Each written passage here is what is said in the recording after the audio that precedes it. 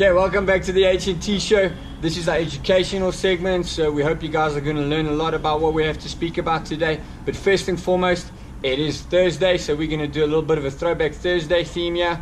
We want to thank KG's for hosting us here in the show, and they on the West Rand at Retail Crossing. Nice big bike store, lots of bikes, lots of gadgets that you can come and look at. But the one thing we're going to look at now is in the background over here. Tony, can you tell us a little bit more about who this is? Well, yeah, what can I say about this man behind us? Robbie Pitbull Hunter. They didn't call him Pitbull for nothing, so I think those guys like Buhani can be happy that he wasn't sprinting at the moment when they were dishing out punches, because the Pitbull, he wasn't scared to throw them back. Yeah, Robbie Hunter, the first and the leader, I would say, of South African riders when it comes to European cycling. One of the first guys, still the only South African to have won stages in all three of the Grand Tours. In 2007, who'll ever forget that day with his earpiece flapping wildly in the wind, that aggressive growl on his face, and he crossed the line in Montpellier to take his first stage win and South Africa's first ever stage win. He was somebody that the youngsters looked up to. Daryl Impey, all of those guys rode with Rob at one or other time in their lives. So it was great to actually see Rob achieving that in 2007 for cycling. Yeah, so funny you should mention that he was one of the heroes of Daryl Impey. Daryl Impey, a couple of years later, in fact in 2013, all right, on the same sort of finish area in Montpellier where the tour finished that day, managed to grab the first yellow jersey ever for South Africans. So what a coincidence, you know, Robert Hunter being somebody that Daryl Impey looked up to in his youth, and then Daryl Impey going and also making an historic feat for South Africa by becoming the first South African in the yellow jersey. Great results for two South Africans, two firsts for the South Africans, and we're hoping that it just goes from strength to strength. Louis, no pressure, bud. You need to start making a bit of history there in the tour. Yeah, no pressure on Louis. I think Louis is sitting, waiting, biding his time, and I think we're still going to see great things out of Louis. The interesting thing with Louis is that this man is currently Louis' agent. What a coincidence. So it'll all tie in somewhere, somehow.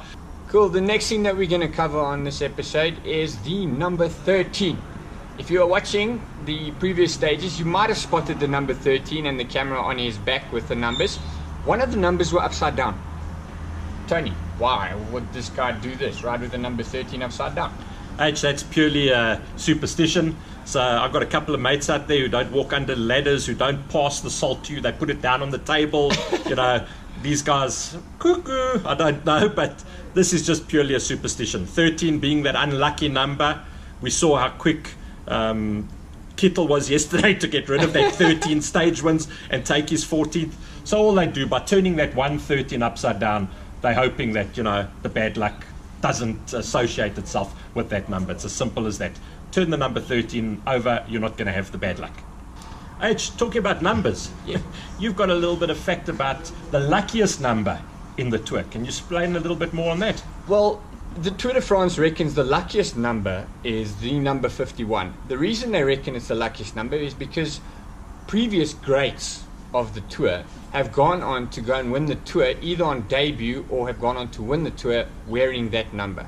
That number has gone on to win the tour 4 times. We're not going to count the number 1 because obviously there's been quite a few riders that have gone and won the tour on multiple occasions in a row wearing the number 1. The number 51 has led to the number 1. So they claim that's the luckiest number in the tour. Number 51 being the luckiest. Eddy Merckx was one of the guys that wore that number. He went on to win the tour that year in his debut, if I'm not mistaken.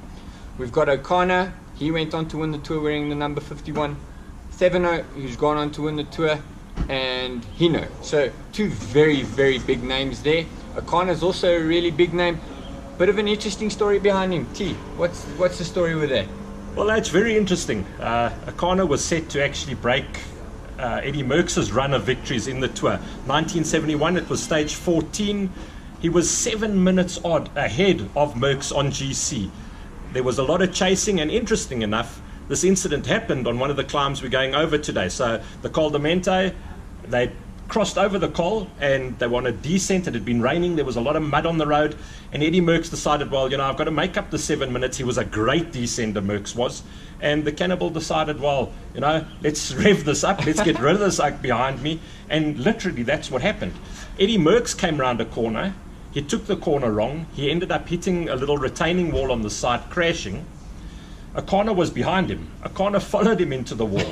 While Akana was lying on the floor trying to undo his cleats, Eddy Merckx jumped back onto his bike and raced off. Joop Zoetemelk was the next guy to come round the corner. He rode straight into Akana, who was still lying on the floor trying to get his feet out the cleats. Joop went on to finish second behind Merckx that year. It left Akana crying, screaming in pain, and that was the end of his tour. All happened on one of the climbs we're going over today. So there's a lot of history, there's a lot of mystique steeped in this Tour de France. There's a lot of things that are going on. Climbs that major events have happened, like the O'Connor event in 1971, like the 2012 event where Froome was much stronger than his team leader but had to hang back and wait for him. Probably one of the most frustrating days in his life. Today, he's got free reign. Let's hope he makes it work. So that's a wrap for the educational side of the episode today. A nice and short one. We've gone Throwback Thursday to Robbie Hunter and Daryl Impey, the two South Africans that have made history for us in the Tour de France. We hope to see a lot more South Africans making history, and we look forward to hosting you again soon. Guys, there's a lot of you traveling this weekend down to Nelspruit for the Jock Classic. Take it easy, be safe, enjoy it, and we'll see you next time. Cheers.